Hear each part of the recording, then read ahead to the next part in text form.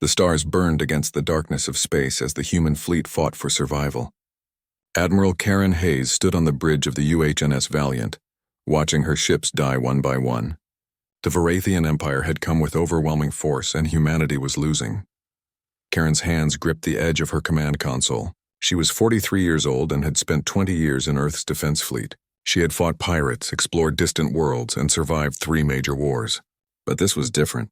The Varathians were not interested in negotiation or peace. They wanted humanity wiped from the galaxy. The tactical display showed red markers spreading across the screen. Each red dot was a Varathian warship. Each blue dot was human. The blue dots were disappearing fast. Commander Jake Morrison stood beside Karen, his face tight with worry. He was her tactical officer and had served with her for 8 years. They had been through many battles together, but never anything like this. "Admiral, we've lost the destroyer squadrons," Jake reported, his voice steady despite the chaos. "The colony transport ships are trying to evacuate, but the Varathians are cutting them off." Karen wanted to scream. She wanted to order her ships forward, to throw everything they had at the enemy. But military training held firm. Dying bravely would not save humanity. They needed a miracle. "Pull back to defensive formation Delta," Karen ordered. "Protect the transports. We need to buy them time." The Valiant shuddered as Varathian plasma bolts slammed into the shields. The lights flickered. Somewhere below, engineers were working frantically to keep the ship running. Karen knew her vessel could not take much more damage. Then something changed. Lieutenant Sarah Brooks at the sensor station suddenly sat up straight. Her eyes went wide as she stared at her screens. "Admiral, I'm detecting massive energy readings.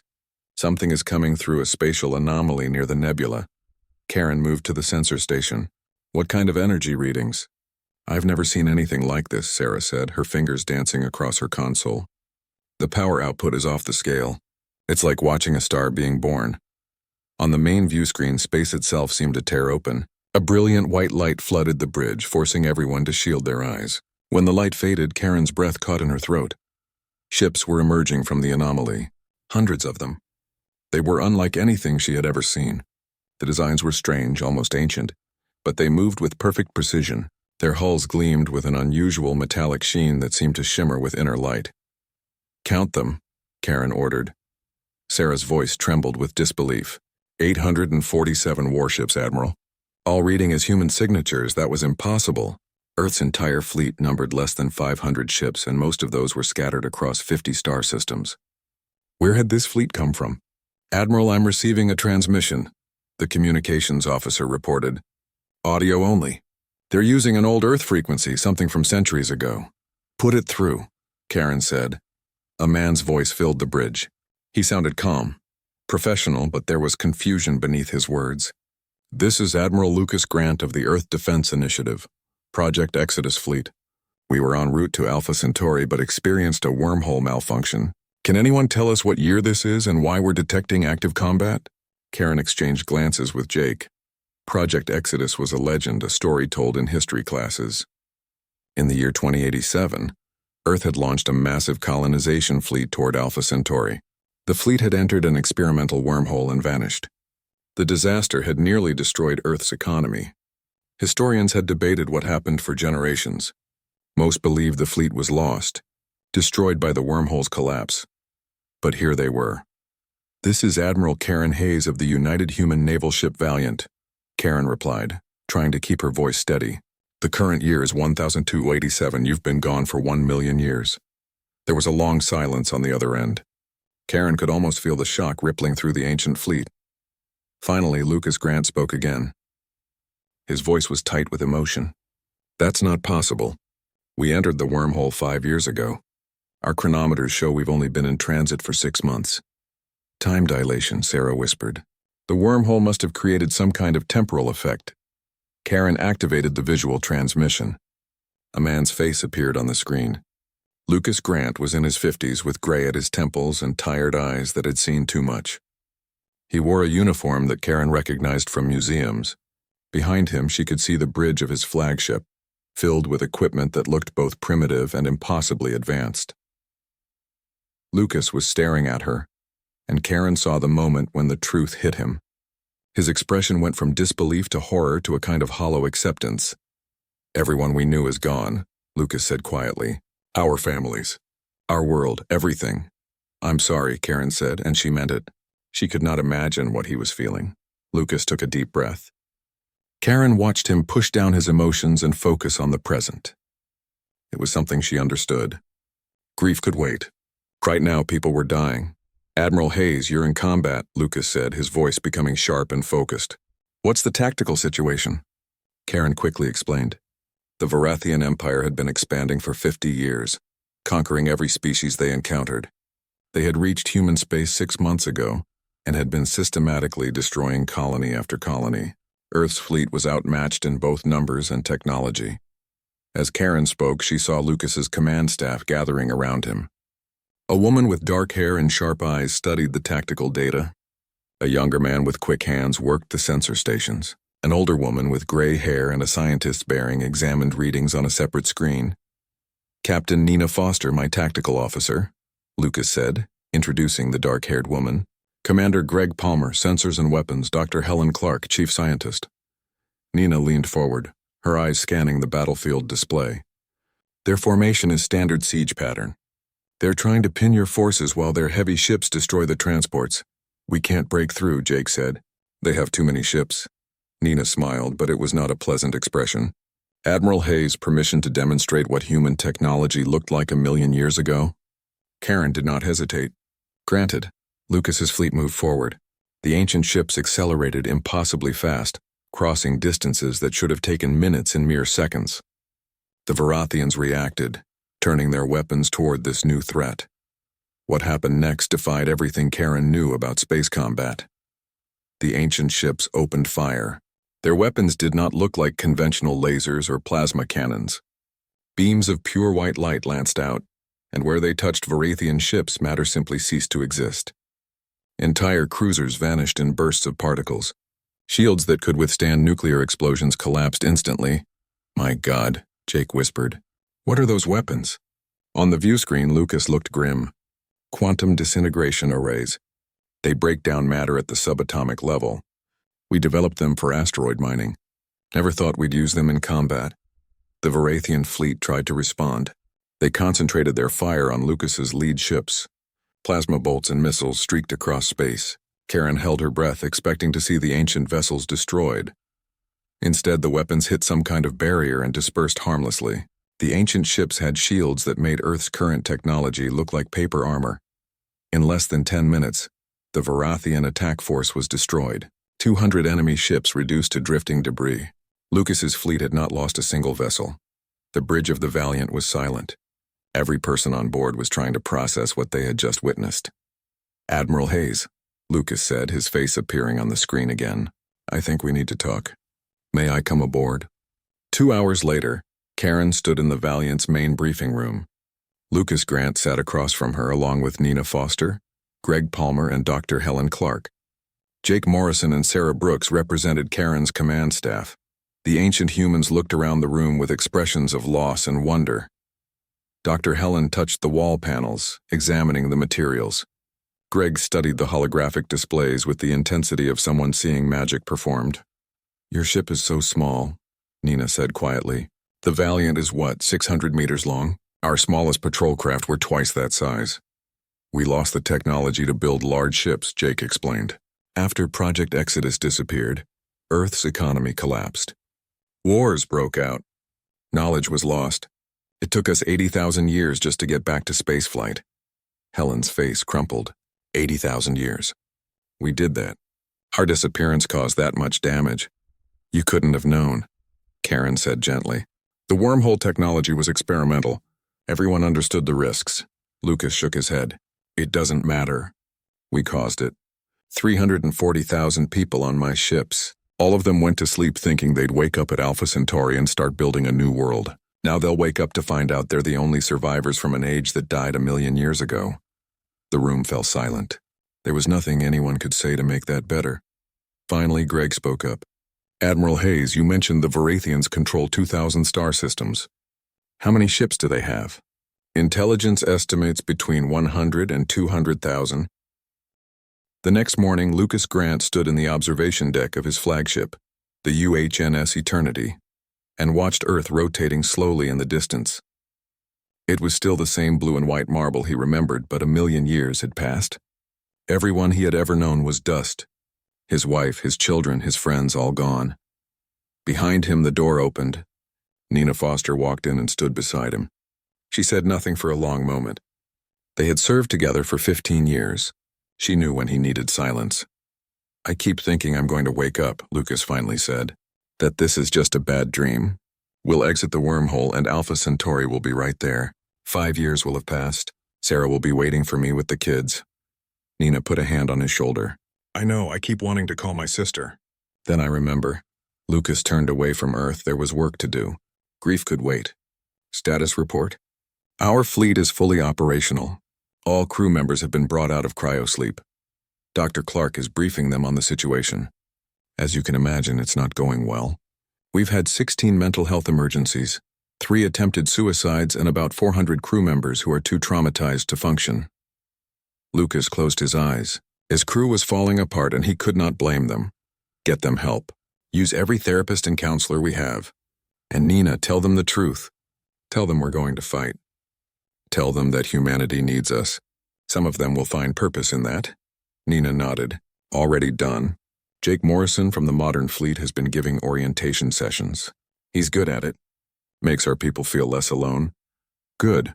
What about the tactical situation? Admiral Hayes has invited us to Barnard Star. It's one of their most fortified systems. She wants to combine our forces and prepare for the next Varathian attack. Intelligence suggests they're massing a major fleet. Lucas made his decision. Tell the fleet to prepare for jump. We leave in 6 hours. The journey to Barnard Star took 2 days. When Lucas's fleet arrived, he was impressed by what humanity had built. Orbital stations ringed the system's planets.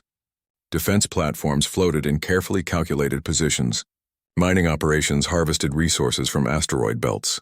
It was not as advanced as what humanity had achieved in his time, but it was evidence of stubborn survival. Karen Hayes met them with her entire command staff. Lucas noticed that modern humans treated his people like celebrities and ghosts at the same time. There was awe in their eyes, but also uncertainty, as if they were not sure whether the ancient fleet was real. The joint command meeting took place on Barnard Station, a massive orbital platform that housed 3 million civilians. Lucas, Nina, Greg, and Helen represented the ancient fleet. Karen, Jake, Sarah, and several other officers represented modern forces. "We need to share our technology," Lucas said without preamble. "Your ships are brave, but they can't stand against the Varathians. We need to upgrade them." A modern engineer named Lisa Park spoke up. She was young, maybe 30, with quick eyes and confident hands. "Admiral Grant, with respect, your technology is 1,000,000 years old. Our ships weren't designed to handle that kind of power. If we just bolt your reactors onto our hulls, we'll tear ourselves apart." Danny Torres, the chief engineer from Lucas's fleet, leaned forward. He was a big man with scarred hands and a thoughtful expression. "She's right. We'll need to redesign your power distribution systems, reinforce your hull structures, and completely rebuild your shield generators. It's going to take weeks, maybe months." "We don't have months," Karen said quietly. "Intelligence reports indicate the Varathians are gathering a fleet of 5,000 ships. They'll be here in 3 weeks." The room went silent. 5,000 ships against their combined force of barely 1,300 vessels. Even with ancient technology, those odds were terrible. Greg Palmer had been studying tactical displays. "We need force multipliers. Ways to make each of our ships worth 10 of theirs." "Training," Nina said.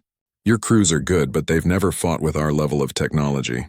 We need combined exercises, teaching your people how to use quantum weapons and regenerating shields." Jake nodded. "And your people need to learn about Varathian tactics. You've never fought them before. They use swarm strategies, overwhelming single targets with concentrated fire. So we teach each other," Lucas said. "Your experience against the Varathians, our technology. We blend the 2 eras together." Karen smiled. "A hybrid force, past and present combined." Over the next 3 weeks, Barnard Star became a training ground. Ancient crews taught modern forces about technology that seemed like magic. Modern forces shared hard-won knowledge about fighting the Varathians. Lucas watched as Nina ran tactical simulations with Jake Morrison. The 2 officers had developed a friendship based on mutual respect. Nina showed Jake how to coordinate quantum weapons across multiple ships. Jake taught Nina about Varathian weak points in their shield systems. Greg Palmer worked with Sarah Brooks on sensor integration. By linking ancient and modern sensor arrays, they created a detection network that could track enemy ships across entire star systems. Dr. Helen Clark spent her days with modern scientists, explaining theories that had been lost for hundreds of thousands of years. She also learned about what humanity had discovered in the time since her era: new physics, new mathematics, new ways of understanding the universe. One evening, Helen found Lucas in his quarters. She looked older than she had 3 weeks ago. The weight of knowledge lost and found was taking its toll. "I've been reviewing the Varathian data," Helen said, spreading holographic displays across Lucas's desk. "Something doesn't add up. The Varathians aren't just conquering for resources or territory. They're searching for something specific." "What?" "I don't know. But look at their invasion pattern." Helen highlighted star systems on the map. "They're not taking the most valuable systems. They're following a specific route, and that route leads directly toward Earth." Lucas studied the map. Helen was right. The Varathian advance was not random. It was deliberate, focused. "What's at Earth that they want?" "That's what we need to find out," Helen said. "I've asked Captain Ryan Bell from the Intelligence Division to help me investigate. He's been studying Varathian communications."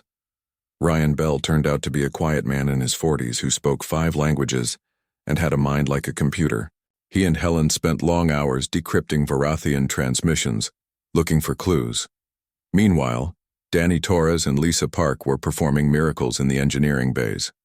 They could not fully upgrade all the modern ships, but they managed to retrofit 200 vessels with basic quantum shields and improved reactors. It was not perfect, but it was better than nothing. The upgrades came with problems. 3 ships suffered power failures during testing. 1 ship's reactor went critical and had to be evacuated. But slowly, carefully, the combined fleet became more capable. Lucas spent his evenings walking through Barnard Station. The civilian areas fascinated him. After 1,000,000 years, humans still loved art, music, and stories. Children still played in recreation areas. Couples still fell in love. Humanity had changed in countless ways, but at its core it remained human. One night he encountered a young girl, maybe 10 years old. She stared at him with wide eyes. "Are you really from 1,000,000 years ago?" she asked. Lucas knelt down to her level. "Yes, I went to sleep in my time and woke up in yours." "That must be scary." "It is," Lucas admitted. "Everything I knew is gone. But you know what? I get to meet people like you. I get to see that humanity survived. That makes it worthwhile." The girl thought about this. "My dad says you're going to save us from the bad aliens." "We're going to try." "Good, because this is my home and I don't want to leave." Lucas thought about that conversation later. This girl represented everything his crew had worked for 1,000,000 years ago. The future. The continuation of humanity. His people had wanted to build new worlds for the children who would come after them. Well, those children were here now, just 1,000,000 years later than expected. On the 20th day, the warning came. Sensors detected the Varathian fleet entering the system's outer edge. 5,000 ships, exactly as intelligence had predicted. They were led by Supreme Commander Krathzul, a Varathian famous for destroying human colonies without mercy. Lucas and Karen stood together in the combined command center. Around them, officers from both eras worked side by side. "All ships to battle stations," Karen ordered. "Civilian transports prepare for evacuation." "Ancient fleet move to forward positions," Lucas added. "Modern ships take defensive formation around Barnard Station." Nina's voice came through the communication system. "Admiral Grant, the enemy is spreading out. They're trying to surround us. Let them," Lucas said calmly. "It means they'll be spread thin." "Greg, are you ready?" "Quantum weapons charged and ready," Greg confirmed. All ships reporting green across the board. Jake Morrison was coordinating the modern forces. "Admiral Hayes, we're in position." "Waiting for your order." Karen looked at Lucas. 2 admirals 1,000,000 years apart, about to fight together. "For humanity," Karen said. "For the future," Lucas replied. The Varathian fleet opened fire. Plasma bolts and missiles streaked across space. The human fleet responded with weapons from 2 different ages. Modern railguns and missiles flew alongside quantum beams and exotic matter torpedoes. Space burned with fire and death. The Varathian fleet came at Barnard's star like a wave of destruction. 5,000 alien warships against 1,300 human vessels. On paper, humanity should have been crushed in minutes. But paper did not account for what humans could do when they fought together. Nina Foster sat in her command chair aboard the ancient cruiser called Defiance. Around her, tactical displays showed the battlefield in perfect detail. Varathian ships glowed red on her screens. Human ships shone blue. She watched the enemy formation and smiled coldly. "They're using standard siege tactics," she said to her crew. "They think we're going to sit here and defend. They're wrong. All ships on my mark execute attack pattern Grant Alpha." The ancient fleet moved as one. 800 ships accelerated forward at speeds that should have been impossible. Within seconds, they crossed half the distance to the Varathian formation. The enemy had no time to react. Nina's ships opened fire. Quantum weapons lit up space with brilliant white light. Where the beams touched Varathian cruisers, the enemy ships simply came apart. Their shields collapsed. Their hulls vaporized. Entire vessels turned into clouds of particles. Jake Morrison watched from his position on the modern destroyer called Swift Justice. He had seen the ancient fleet fight before, but it still amazed him. Their weapons were beyond anything modern humanity could build. "All modern ships follow the ancient fleet," Jake ordered. "Use their attack as cover. Target the command ships that Nina exposes." Modern vessels darted forward. They were smaller and faster than the ancient ships. While Nina's forces drew Varathian fire, Jake's destroyers and frigates slipped through the chaos. They fired missiles and railguns at specific targets that Nina's assault had revealed. A Varathian command cruiser exploded. Then another. The alien formation began to buckle. On Barnard Station, Admiral Karen Hayes directed the overall defense. Her command center was filled with officers from both eras working together. Ancient technology had been integrated with modern systems. The result was a tactical coordination network that allowed every human ship to fight as part of a single organism. Varathian heavy cruisers breaking through on Sector 7. Sarah Brooks reported from the sensor station. "They're heading for the civilian evacuation zone." Karen's face went hard. "Lisa, activate the gravity well generator." Lisa Park looked up from her engineering station. Her face was pale. "Admiral, that weapon has never been tested at full power. It could tear the station apart. If those cruisers reach the transports, 300,000 civilians will die," Karen said flatly. "Activate it!" Lisa's hands moved across her controls. Deep within Barnard Station, a massive experimental weapon began to power up. It used the same principles as a black hole, creating a gravitational field strong enough to distort space itself. The Varathian cruisers never knew what hit them. Space twisted around them. Gravitational forces billions of times stronger than any natural occurrence ripped the alien ships into pieces. Hulls crumpled like paper. Engines imploded. In 3 seconds, 15 Varathian cruisers ceased to exist, but the weapon's power was too much. Barnard Station shook violently. Alarms blared. Structural support screamed under impossible stress. "Emergency bulkheads closing," Lisa shouted over the noise. "We're losing sections 4 through 9. "Evacuating all personnel." Karen held on to her command console as the station bucked beneath her. "Get those civilians out. All of them." That's the priority. On the UHNS Valiant, Admiral Lucas Grant fought his own battle. The Varathian commander, Supreme Commander Krath Zul, had identified Lucas's flagship as a priority target. Dozens of enemy ships were concentrating their fire on the Eternity. Greg Palmer coordinated the defense with perfect calm. Quantum shields holding at 70%. Firing solution on enemy formation Delta. All weapons fire at will. The Eternity's weapons spoke. Quantum disintegration beams lanced out. Exotic matter torpedoes flew through space, each one carrying enough destructive power to crack a moon. Varathian ships died by the dozens, but there were so many of them. Shields down to 40%, Greg reported. Enemy reinforcements moving in from the left flank. Lucas studied the tactical display. Krathzel was good. The Varathian commander was trying to overwhelm Lucas with numbers. For every enemy ship they destroyed, 2 more took its place. "This is Admiral Grant to all ancient fleet vessels," Lucas said calmly. "Execute quantum entanglement protocol. Link all targeting systems." What happened next demonstrated why ancient humanity had been so advanced. Every ship in Lucas's fleet had weapon systems connected by quantum entanglement. Information traveled between ships instantaneously, faster than light. When one ship targeted an enemy, all ships knew about it in the same moment. The ancient fleet began firing in perfect synchronization. Beams from 20 different ships struck the same Varathian cruiser at the exact same instant. The combined impact overwhelmed even the strongest shields. Enemy vessels exploded one after another, destroyed by coordinated strikes that seemed to come from everywhere at once. Krath Zul tried to adapt. The Varathian commander was brilliant and experienced, but even brilliance could not overcome technology that seemed like magic. In a research vessel far behind the main battle, Dr. Helen Clark and Captain Ryan Bell worked frantically. They had been analyzing Varathian communications during the entire fight. Now finally they had answers. "Admiral Grant, this is Dr. Clark," Helen said urgently. "We've decrypted the Varathian command transmissions. They're talking about something called the Archive. It's some kind of ancient knowledge repository, supposedly left by a precursor race millions of years ago." Lucas fired another volley at incoming Varathian fighters before responding. "What does this have to do with Earth?" "The Varathians believe the Archive is hidden somewhere in the Sol system," Ryan Bell added. "They think it contains knowledge about advanced physics, possibly the fundamental equations that govern reality itself.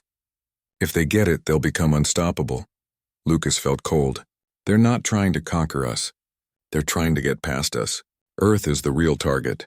On her ship, Nina Foster heard the transmission.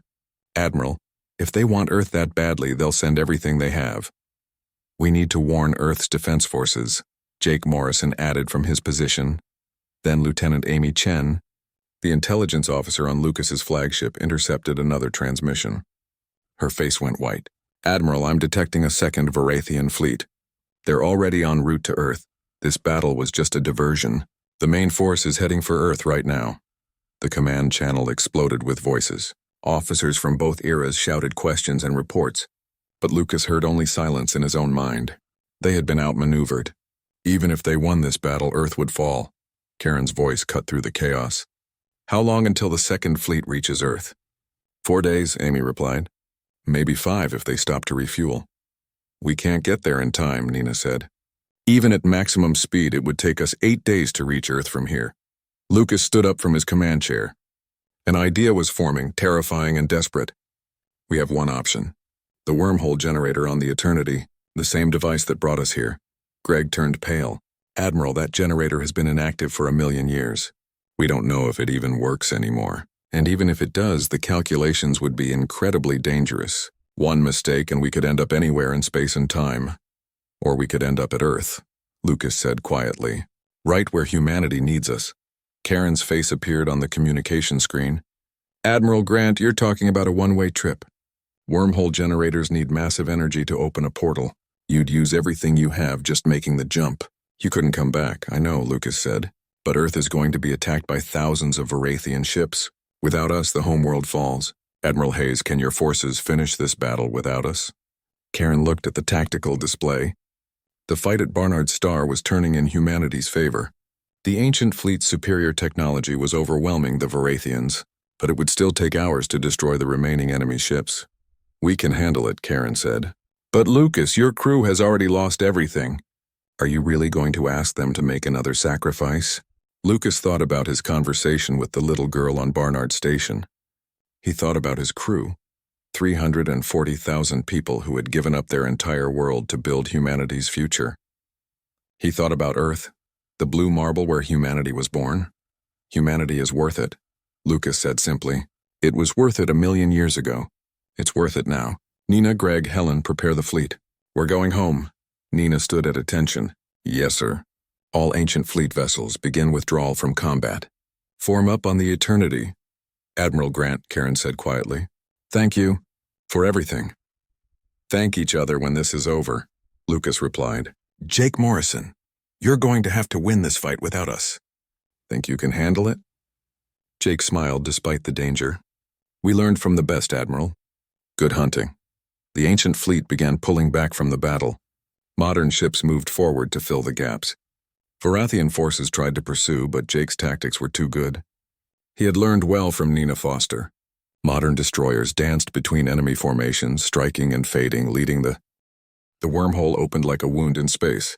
Reality screamed as the ancient fleet pushed through dimensions that humans were never meant to see. Lucas Grant gripped his command chair as the Eternity shook violently. Around him, displays flickered and died.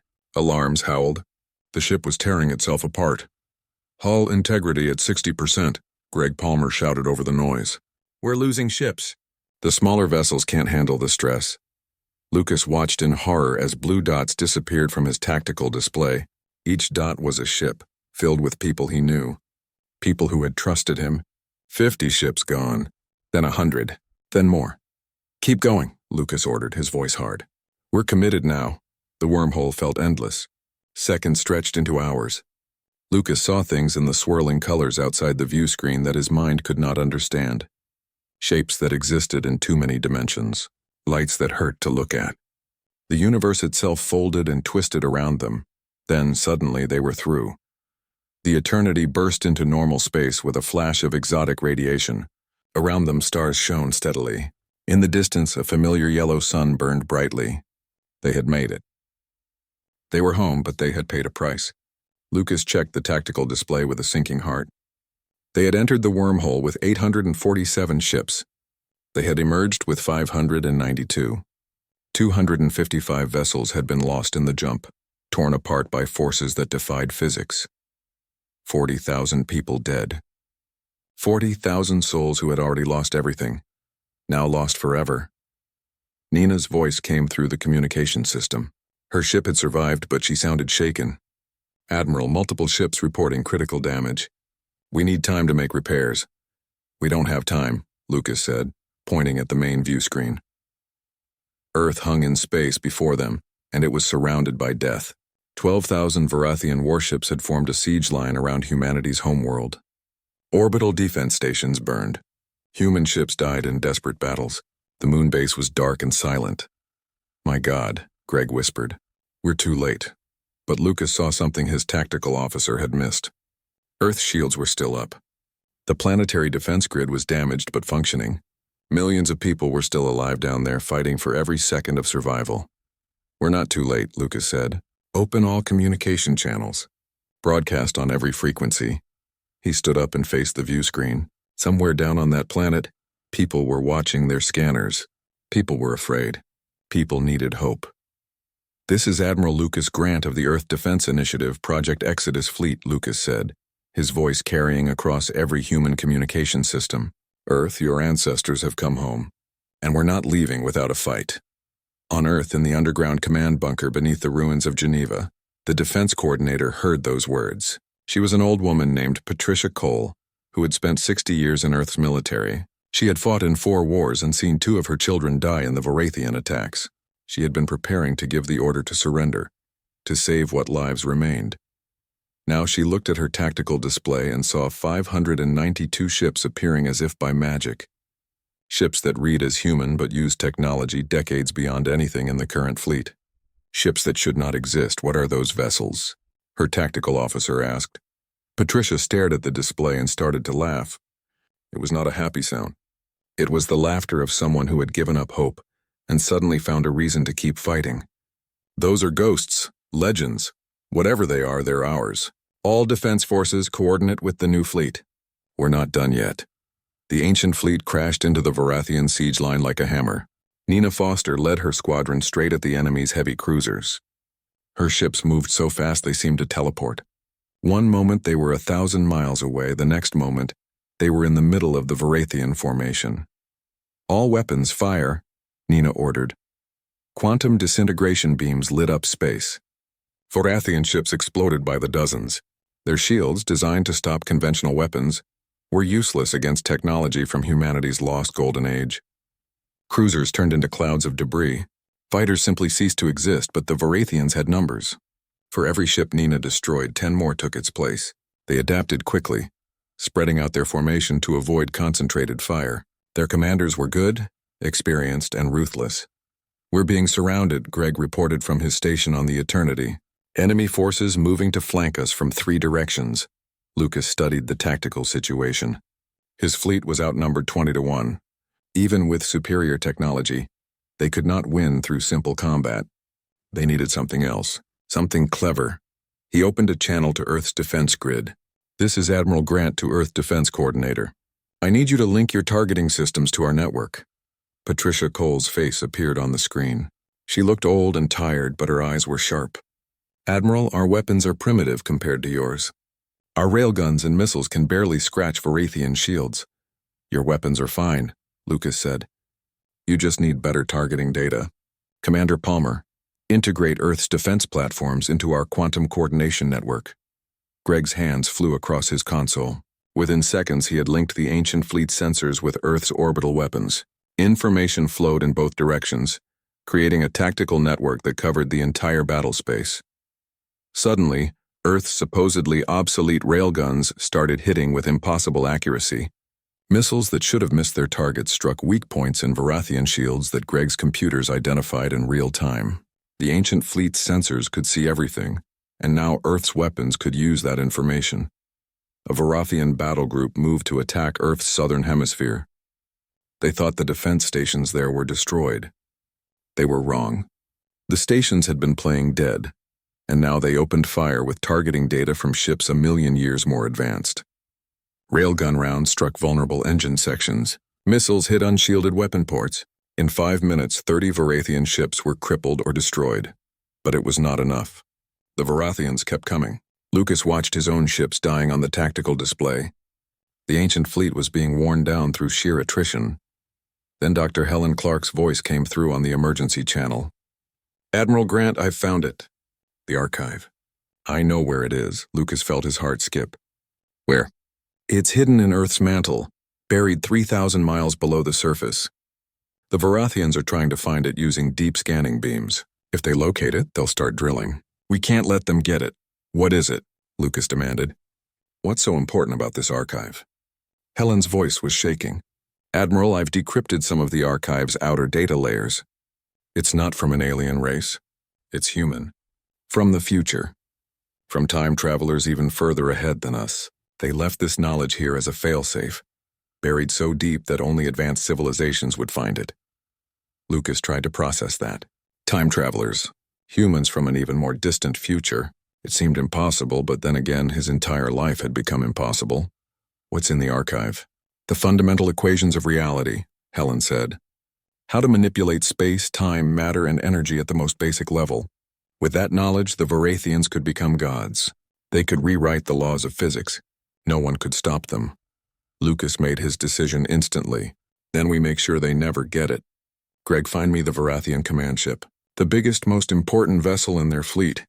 On it, Greg said. His displays showed hundreds of enemy vessels, but one stood out. A massive supercarrier at the center of the Varathian formation. That's it. The Supreme Executor's flagship. Krathzul is commanding from there. Nina, I need a strike team, Lucas said. Best fighters, best soldiers. We're going to board that ship and end this the old-fashioned way. Nina did not hesitate. I'll lead it personally. Give me 30 minutes to assemble the team. You have 10 minutes, Lucas said. Danny, I need you to push our reactors to maximum power. I don't care if we burn out every system we have. We need to break through their lines. Danny Torres's voice was grim. Admiral, if I push the reactors that hard, we'll have maybe 20 minutes before catastrophic failure. Then we'd better work fast. The ancient fleet surged forward with desperate speed. Lucas ordered every ship to push beyond safety limits. Reactors glowed white-hot. Shields flickered under the strain. Weapons fired until their barrels melted. The fleet was committing suicide, and everyone knew it. But they were buying time. Time for Nina's boarding team to reach the Varathian flagship. Nina led 40 soldiers from the Eternity's Marine complement. They loaded into a small assault shuttle and launched into the chaos of battle. The shuttle was fast and heavily armored, designed for exactly this kind of mission. Varathian fighters swarmed around them. Plasma bolts struck the shuttle's shields, but the little ship kept going, weaving through debris and explosions. 30 seconds to target, the pilot announced. Nina checked her weapon. It was a plasma rifle from her own era, sleek and deadly. Around her, the other Marines prepared their gear. They all knew this was likely a one-way trip. The shuttle slammed into the Varathian flagship's hull. Cutting beams carved through alien metal. The Marines poured into the breach, firing as they went. Nina Foster stood in the Varathian command center with her weapon raised. Around her, 20 surviving Marines aimed their rifles at Krathzul and the alien command staff. The tension was thick enough to cut. Krathzul made no move to attack. Instead, the massive alien commander studied Nina with intelligent eyes. You boarded my flagship with 40 soldiers. Now you have 20. You fought through 500 of my warriors to reach this room. Impressive. Surrender your fleet, Nina demanded. Call off the attack on Earth. Krathzul's mouth parts moved in what might have been a smile. Why would I do that? We outnumber you 10-1. Your fleet is dying. Earth will fall within the hour. Maybe, Nina admitted. But you'll die first. And without you, your fleet will lose coordination. They'll be easier to kill. The Varathian commander considered this. You would trade your life to kill me? In a heartbeat, Nina said. She meant it. Her entire world was gone, lost a million years in the past. The only thing she had left was this mission. If dying meant saving Earth, she would do it without hesitation. Krathzul was silent for a long moment. Then he did something unexpected. He laughed. It was a deep rumbling sound that made the deck vibrate. You humans are insane, Krathzul said. We thought you were weak because your technology is primitive. We thought conquering you would be easy. But you keep fighting. You refuse to accept defeat. Ships from 1,000,000 years ago appear from nowhere to defend a planet many of them have never seen. And now you stand in my command center, outnumbered and outgunned, and still you threaten me. So you understand why you need to surrender, Nina said. No, Krathzul replied. I understand why we need to talk. Lower your weapons. I will not attack you, Nina hesitated. Every instinct told her this was a trap. But something in the alien commander's tone made her pause. She gestured to her Marines, and slowly they lowered their rifles. Why are you doing this? Nina asked. Why attack Earth? Why search for the archive? Krathzul moved to a holographic display. With a gesture, he activated images that showed a distant galaxy. We come from beyond your galaxy. Our homeworlds exist in a place you call Andromeda.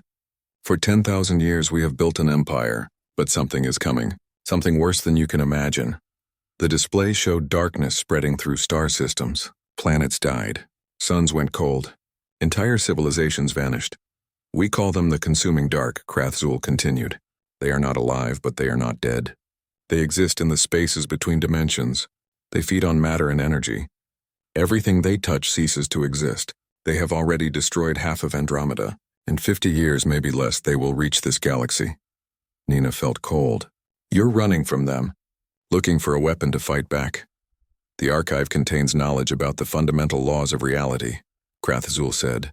With that knowledge, we might be able to stop the consuming dark, or at least slow them down.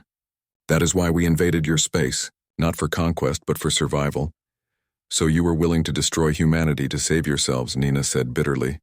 Yes, Krathzul admitted without shame. My species matters more to me than yours, just as your species matters more to you than mine. This is the nature of survival. Nina thought about this. On the Eternity, Lucas would be dying. His ship's reactor was overloading. Earth's defenses were failing. Humanity had minutes left. But maybe, just maybe, there was another way. What if we shared the archive? Nina asked. What if we worked together? Krathzul's eyes narrowed. Why would you do that? I have killed millions of your people. Because you're right about one thing, Nina said. Survival matters. And if this consuming dark is real, then all of us are in danger. Humans, Varathians, everyone. Maybe we need each other. Krathzul studied her carefully. Your fleet is dying. Your planet is surrounded. Why would I negotiate when victory is within my grasp? Nina smiled coldly. Because you don't understand humans yet. We've survived for 1,000,000 years. We've fought through dark ages, wars, and disasters. We refuse to quit. If you destroy us today, you make an enemy of every human who survives. And humans never forget. Never forgive. We'll hunt your species across the stars until one of us is extinct. She leaned forward. Or you can choose differently. Help us, work with us. Face the consuming dark together. Because, Commander, I've seen what humans can do when we're desperate. You really don't want us as enemies. Krathzul was quiet for a very long time. Outside the command center, the battle raged. Ships died. People screamed. The fate of civilizations hung in the balance. Finally, the Varathian commander straightened. I will agree to a ceasefire, but only if you can prove the archive exists and that you can access it. Deal, Nina said. She opened her communication channel. Admiral Grant, this is Foster. I need you to contact Dr. Clark. We're going to show the Varathians something. On the Eternity, Lucas Grant was preparing to die. His ship's reactor was in meltdown.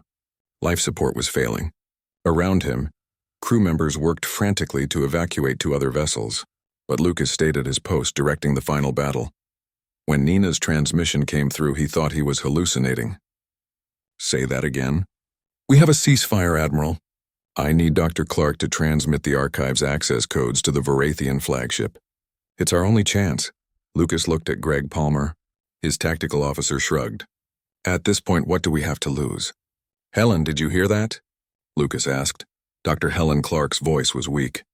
Her research ship had been hit by Varathian fire. I heard. Admiral, the archive is protected by quantum encryption. Only someone with human DNA can access it. If I transmit the location and access protocols, the Varathians can't use it without our cooperation. Do it, Lucas ordered. Helen transmitted the data. On the Varathian flagship, Krathzul received the information. His technical officers examined it and confirmed it was genuine. The archive existed. It was real, and accessing it required human help. We have a problem, Krathzul said to Nina.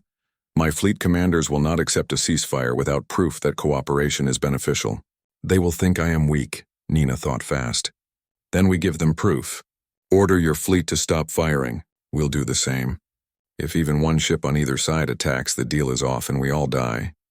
But if we can hold the ceasefire for just 10 minutes, that proves both sides can work together. Krathzul considered this. It was risky. His commanders might refuse. Some might even mutiny. But the alternative was continued war, and while the Varathians would eventually win, the cost would be enormous. Very well, Krathzul said. He turned to his communication officer and gave orders in his own language. Throughout the battle, Varathian ships stopped firing. For a moment, human forces continued shooting, not understanding what was happening. Then Lucas's voice came over all channels. All human vessels cease fire. Repeat, cease fire. We have a negotiated ceasefire. Hold your positions. The battle stopped. After hours of violence and death, space became quiet. Thousands of ships from 2 different species hung in the void, watching each other carefully. One wrong move and the war would resume. The 10 minutes felt like forever. Lucas counted each second, expecting betrayal at any moment. On Earth, Patricia Cole watched her tactical displays, hardly daring to breathe. Karen Hayes, arriving with her reinforcements, ordered her fleet to hold position but stay ready. 10 minutes passed. Then 15. Then 30. The ceasefire held. On the Varathian flagship, Nina lowered her weapon completely. You kept your word. As did you, Krathzul replied. This is unexpected. Perhaps humans are not so different from Varathians after all. Oh, we're very different, Nina said. But maybe that's okay. Maybe different is what we need. Over the next 3 days, representatives from both sides negotiated. Admiral Lucas Grant, Admiral Karen Hayes, and Patricia Cole represented humanity. Supreme Commander Krathzul led the Varathian delegation. Dr. Helen Clark and Varathian scientists began the slow process of accessing the archive together. The negotiations were difficult. Both sides had lost people they loved. Trust was almost impossible, but the threat of the consuming dark loomed over everything. Faced with extinction, ancient enemies found common ground. The Treaty of Earth was signed on the 4th day. The Varathian Empire agreed to withdraw from all human territories. In exchange, humans would share the archive's knowledge with the Varathians. Both species would work together to prepare defenses against the consuming dark. Not every Varathian accepted the treaty. Some commanders refused and broke away, taking their ships to continue raiding human space. But they were outlaws now, hunted by both Varathian and human forces. Lucas Grant stood in the observation deck of the Eternity and watched Earth rotating below. The planet had survived, damaged but alive. His sacrifice had meant something. Beside him, Dr. Helen Clark looked tired. Admiral, I need to tell you something. The wormhole jump damaged us all at a quantum level. The exotic radiation exposure is breaking down our cellular structure. We're dying. Lucas had suspected this. He felt weaker every day. How long? 6 months, maybe a year, Helen said quietly. I'm sorry, Lucas, we saved Earth, but we can't save ourselves. Lucas thought about this. 1,000,000 years in the future, dying slowly from quantum radiation. It was not the end he had imagined when he volunteered for Project Exodus. But it was enough.